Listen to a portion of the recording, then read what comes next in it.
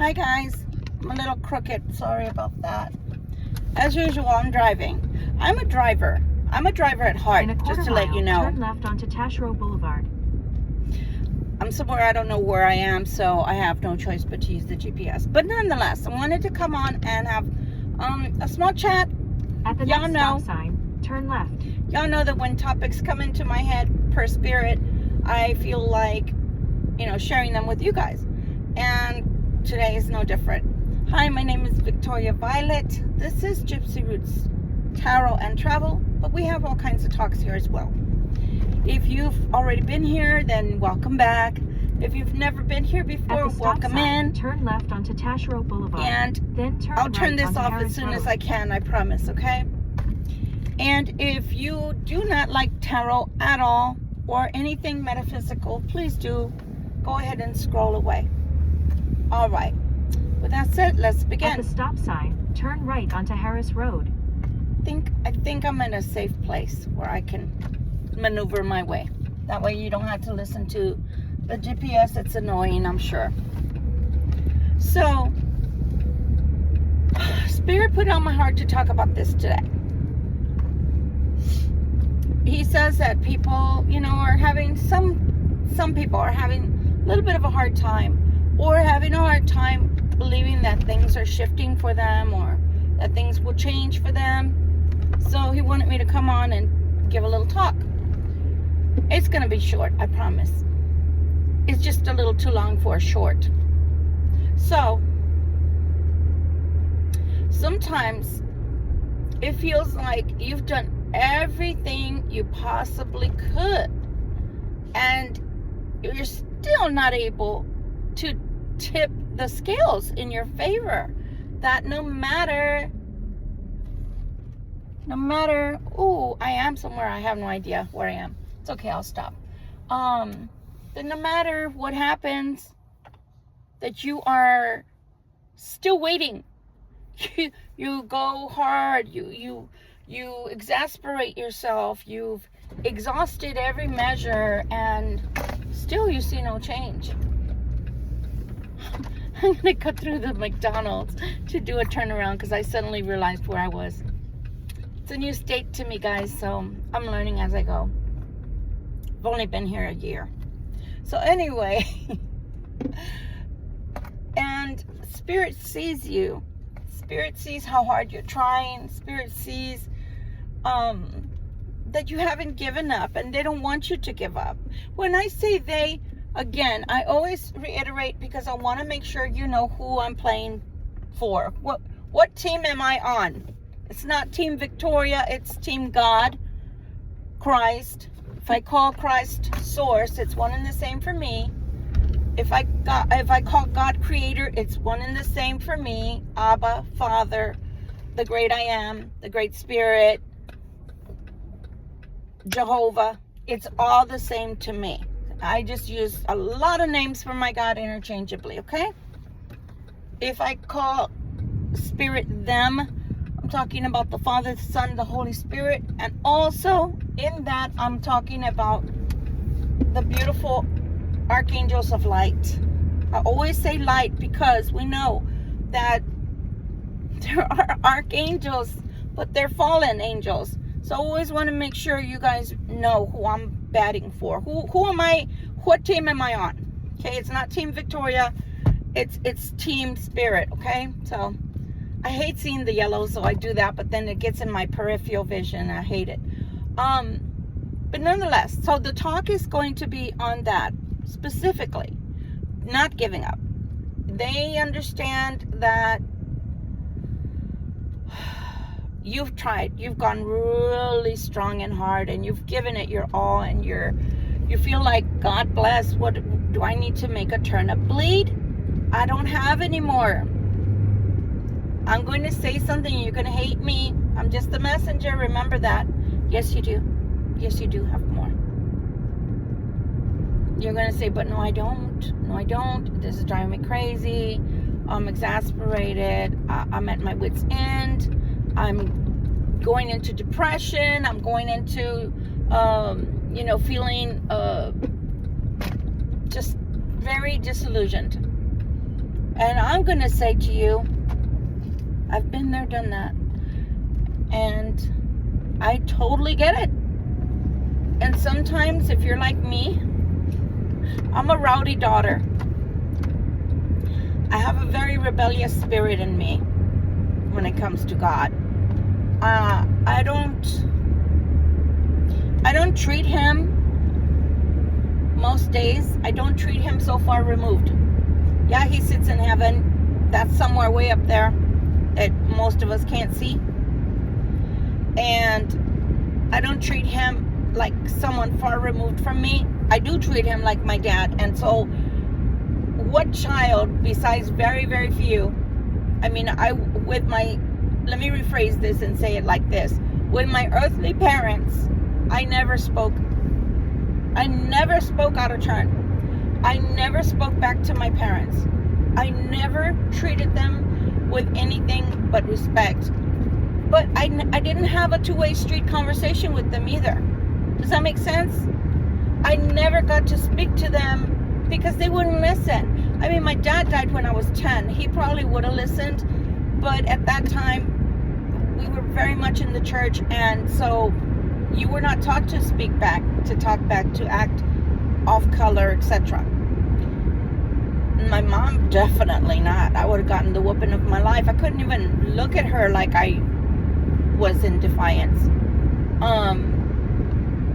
But with God, my Father, oh yeah, sometimes I am defiant.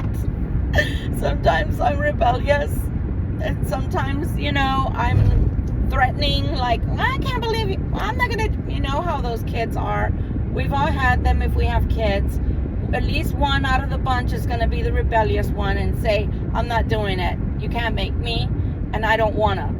So sometimes I get into that spirit. I'm not gonna say I don't. I mean, it's been less these last 2 years. It's been less and less. But oh no, I get into discourse with my father, and I'm not gonna say he likes it. He probably, more than anything, he stands around doing this. Okay, whenever you're ready to shut the hell up and actually listen, then I can talk. Otherwise, I'm not talking.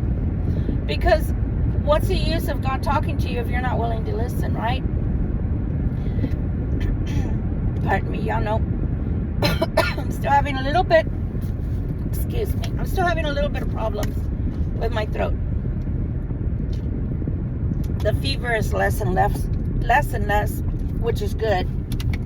But I'm still not able to enunciate correctly, and my throat still bothers me.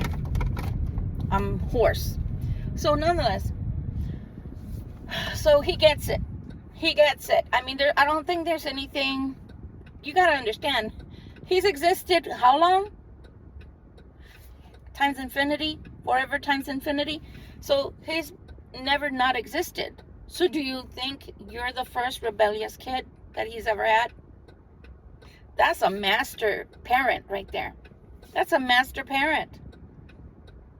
Yeah, he may not like it. Yeah, he may just go, okay. You know how you can put your head out and the kid's trying to come at you, and you got your head, you've got your hand on their forehead, like, and they're like wailing their arms and trying to come at you, and they're spitting fire because they're angry, and you're like, are you tired yet? Okay, go sit in time out. Go sit in time out. I know with my little one, I would put him in time out, and he would not like it. Be turning around and be, am I done? And it was only not even a minute in. Am I done? It's like, no, you're not done. You mean, are you done? So God can do that to us, okay? But more than anything, this has not been a time out. I need you to know that. Because a time out is more like a punishment. A time out is more like, okay, sit down here because I don't like what you're doing. So I'm not going to say that he liked what you were doing, but he liked what you were supposed to be doing more than what you were doing. So what you were doing was choosing for yourself, and it wasn't working for you. Was not working for you. You were not getting ahead.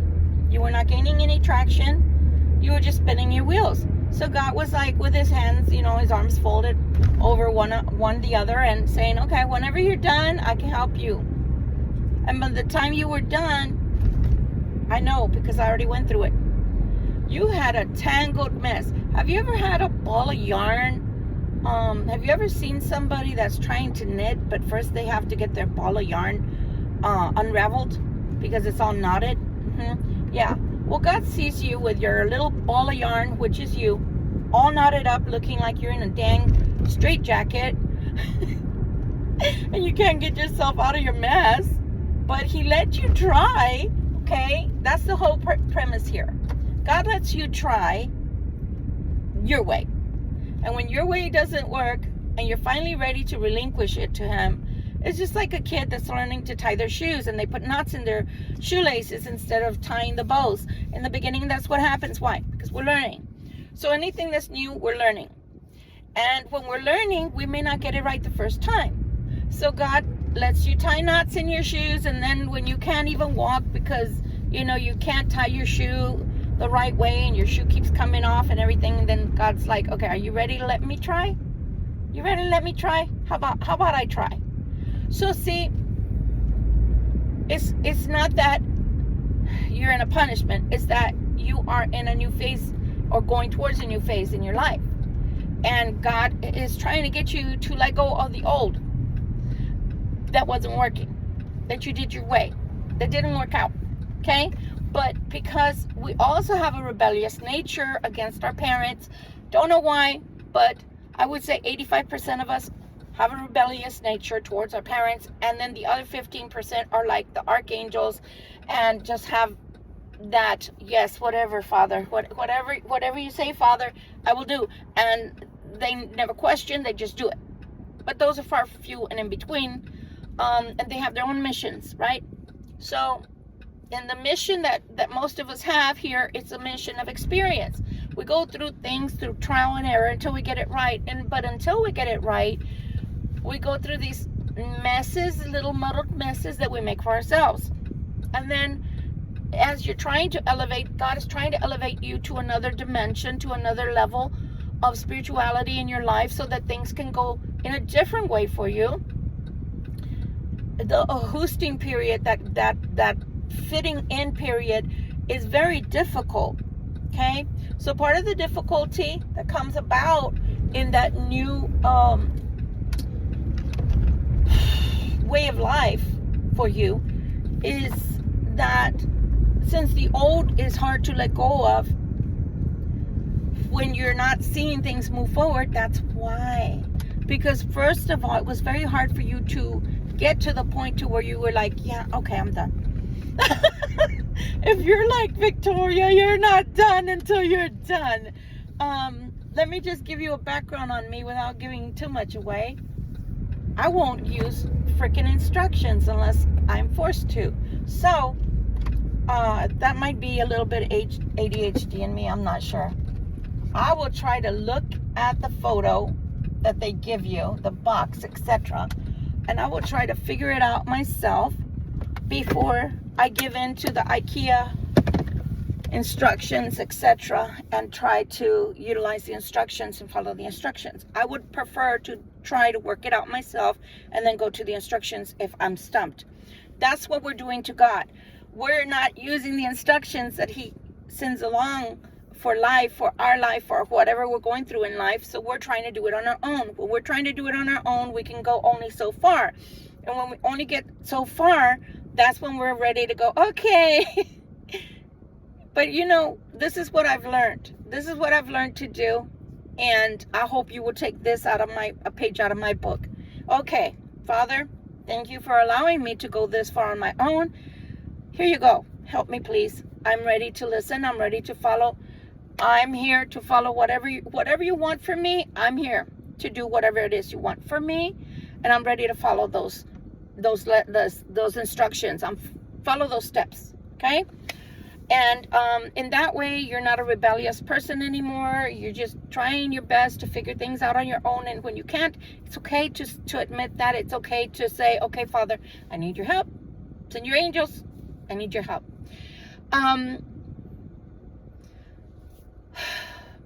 The other analogy that they gave me this morning was, you are on the precipice of the change. You are on the cusp of the change. It's like standing on a cliff, but you don't know whether to jump because you don't trust.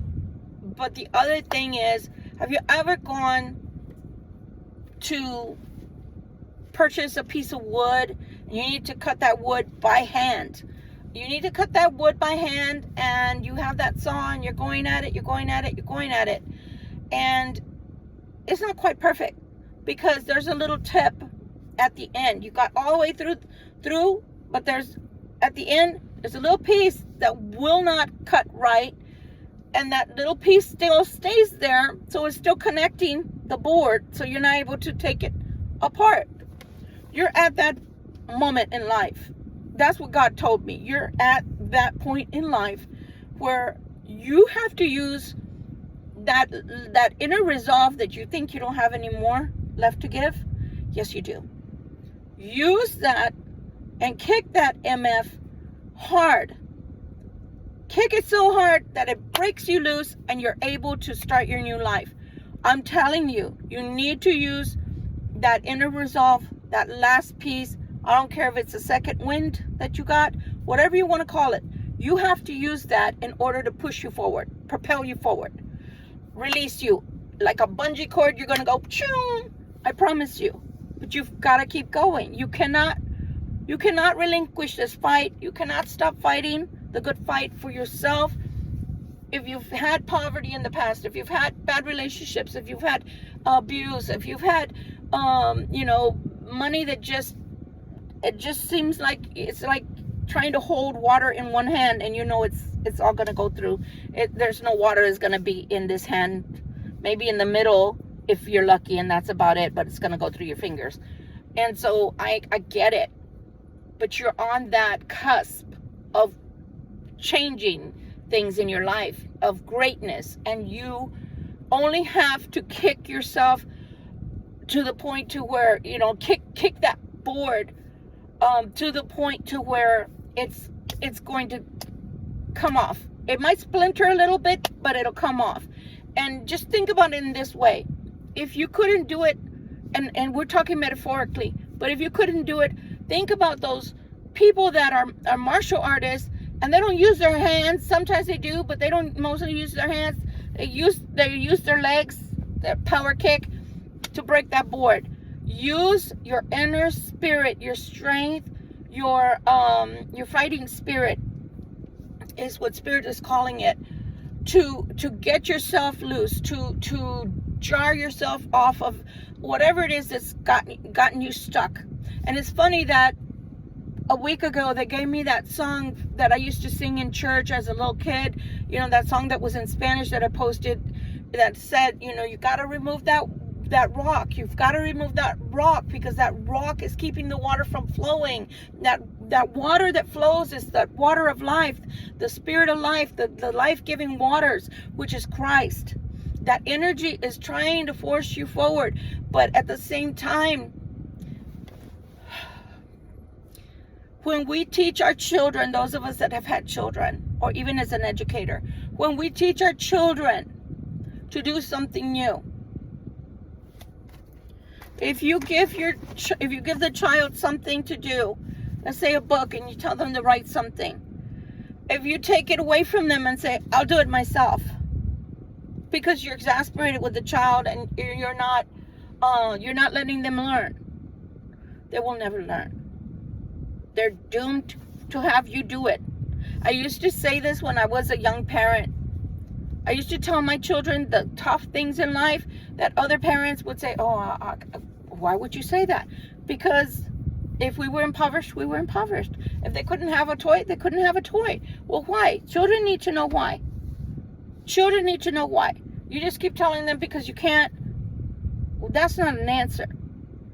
So I would tell them because mommy needs to pay this or that, and then after that, we'll talk about it.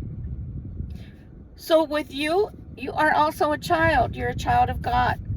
So if he takes things out of your hands, that last piece of splintered wood that he wants you to kick so you can bust that door open or whatever it is, that you need to get through, that you feel like you're stuck. You can do this. And he believes in you. If he didn't believe in you, he wouldn't be putting me here to say these things that probably sound crazy to some of you, and that's okay. But I'm telling you, I don't care if you got to give that a good, roundhouse Chuck Norris kick. I don't care what the hell you have to do, but you need to push forward. Take your second breath. Keep on running. Break through that wall. Break through that door. Break that piece of wood, that brick, whatever it is that is in your way. You have what it takes. You have the energy. You have the might. More than anything, you have the might. You've got to understand, people, God is in you. You have a God particle in you. So that part of you that's God, what do you think that he would just set you up for failure? For years, I kept saying, I'm tired, God. I don't feel like being a Job. I don't feel like being a female Job anymore. I'm tired, God. But at the same time, I'm glad that he put me through all of that, because I've learned and I've grown so very much. And I've become so much more resilient. I've become so much stronger than I ever even thought that I was. So that's what God wants you to know, is you are more strong than you give yourself credit. Now, do you want to have to use that type of strength all the time, that inner resolve all the time? No. But you had to get to this point to learn to use your inner resolve to get you out of that stuck energy and into a new phase of life, because you could not do it without him pushing you. You would have stayed there because it's too hard. It takes too much energy, or it takes too much grit to get you there. And you're right, it did. And it does. But if he didn't think you could do it, if he didn't think you worthy of going to another level in your life or dimension, ascension, whatever, pardon me, I may sneeze, he would not push you as hard as he does. He would keep you amongst the other people. Pardon. Oh, I'm so sorry. I'm not a delicate sneezer, so forgive me for hurting your ears. But he would not, oh, there's a butterfly. He would not be pushing you as hard as he's pushing you if you were not a chosen one, if you were not meant to accelerate your growth. So think about it that way. Each and every time you feel like you're tested beyond measure, like, oh, God hates me. Oh, God hates me. Because if God didn't hate me, why is he letting me go through all of this? Because you need to get yourself out of it. That's why. That's why. I'm going to tell y'all a secret. I'm going to tell y'all a secret. From the age of, I want to say 19 through, 23. From the age of 23 through 57, I had the Midas touch. I had everything that I could want would just come very easily to me. Did I work hard? Oh, I'm a hard worker. I've been working since I was 15. But that's not the issue. The issue is everything was coming to me very easily. And all I had to do was pray and it would come.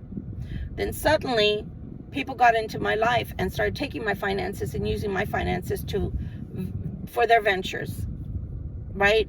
And then me giving too much of myself as a human being, having a human experience, I gave away a lot of love. That love is connected here. Connected to your hands, because it's your heart chakra. And it dried up my money. It dried up my money. So I had to use all that I had, spirit-wise, energy-wise, life force-wise, to get out of the situation. And sometimes that means leaving people behind, leaving things behind, because when you stop and think about it, if you're smart enough to stand back away from everything that you think you're in love with, or that you think you care about, you start to see there's nobody there coming to save you. There's nobody there to champion you. There's nobody there that's giving to you. You gave all the love. Where's the love coming back? You gave all the money. Where's the money coming back? And I'm talking about people through the years that I gave money to, not just one person that took money from me, but hordes of people through the years. Hordes of people that'll take your energy because they like your energy, because it's clean. But they don't give anything back in return. They don't give anything back in return except misery and disillusion and lies and misconceptions and confusion.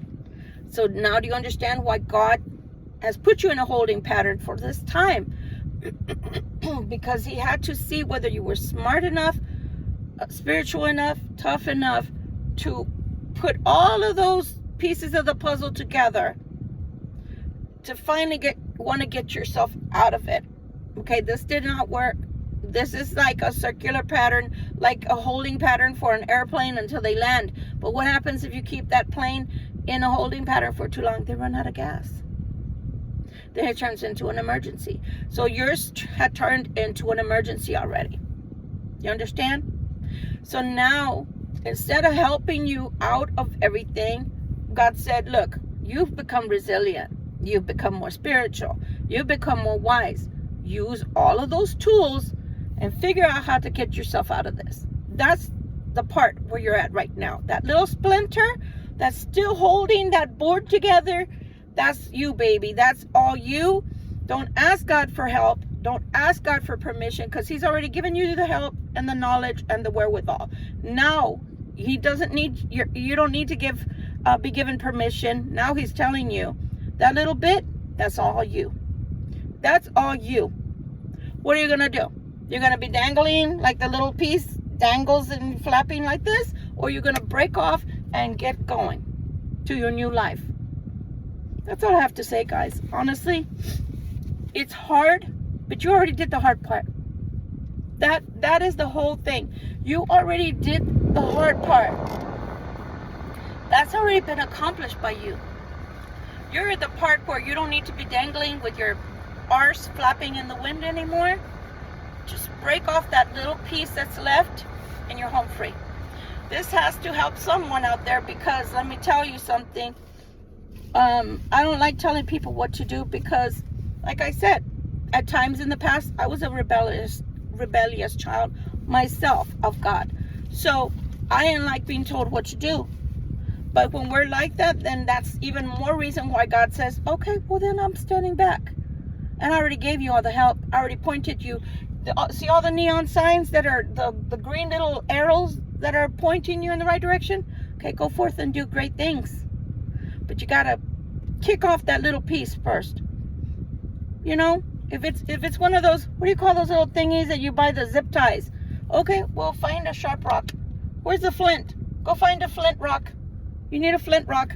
You can cut that bungee off, the rest of that little zip tie. I'm telling you, that's where you are. That's where you are. And that's all on you, what you're going to do with that. You're either going to stay flapping in the wind with that little piece of board that just didn't want to cut right. So that's all on you. That's how much you got to kick. That's it. Or that little zip tie that's loose enough, but you just can't quite cut it off. Okay, go find a flint rock. For those that know what rocks are, go find a flint rock. Go get something sharp that looks like an arrowhead. Cut through it. It's that easy. I promise you, it's that easy. It's when we are in the rebellious stage and we get all flustered. Excuse me. We get all flustered. We get exasperated with the situation, with ourselves, that we can't seem to figure out the way out. But once you stop long enough to stop exasperating yourself, because you're doing it to you. You're doing it to you. Grow patience. Count to 5. I don't care what you got to do. But once you are in a state where your mind is working correctly, you're not in a flustered, angered state anymore with yourself, and you stop fighting it, you are going to find your way out. And the issue is sometimes so simple for people like myself that are introverts, that you need to learn to use your voice. Use your voice for what you want. Use your voice for what you need. Use your voice to voice your concerns. For those that are more like an Aries, that you use your voice all the time, taper it back. Dial that back just a little bit so that you can use your voice in a more judicial way to where people are going to be more apt to listen. Because if you're yelling, shouting, or too matter-of-factly, people will not listen to you. I know I don't. I shut down. I'm like, psh, see ya. Okay? But it's that easy. I promise you, you are already on that cusp. You want to dive into, off that cliff into those waters, because it's not going to hurt. I promise you it won't. Then just do it. If you want to cut that rest of that board, dude, that's all you need. You can do that with one good karate chop or a good roundhouse kick, Chuck Norris style. You can do this. I have faith in you, but moreover than anything, he has faith in you. You can do this. Write in the comments whatever it is that you're going through, and know that in prayer, we can do all things through God who strengthens us. Bye, guys. See ya.